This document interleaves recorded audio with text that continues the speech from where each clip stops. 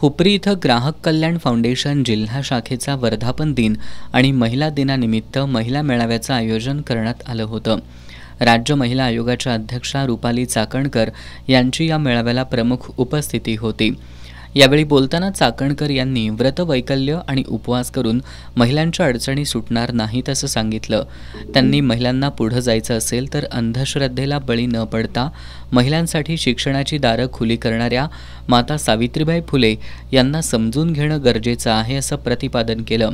यावेळी ग्राहक कल्याण फाउंडेशनच्या महिला जिल्हा प्रमुख निशा बडवे, जिल्हाध्यक्ष अरुण यादव, क्रिकेटपटू अनुजा पाटील, सामाजिक कार्यकर्त्या शीतल फराकटे, फिजिओथेरपिस्ट प्रांजली धामणे आदींनी मनोगत व्यक्त केली। यावेळी मान्यवरांच्या हस्ते ग्राहक कल्याण फाउंडेशनच्या स्मरणिकेचं प्रकाशन करण्यात आलं। यानंतर विविध क्षेत्रात उल्लेखनीय कामगिरी करणाऱ्या महिलांचा पुरस्कार देऊन सन्मान करण्यात आला। यावेळी मोहिनी चव्हाण, दीपाली कांबळे, अरुणा पोतदार, कविता कोंडेकर, सुषमा पाटील, उज्ज्वला कारंडे यांच्यासह महिला उपस्थित होत्या।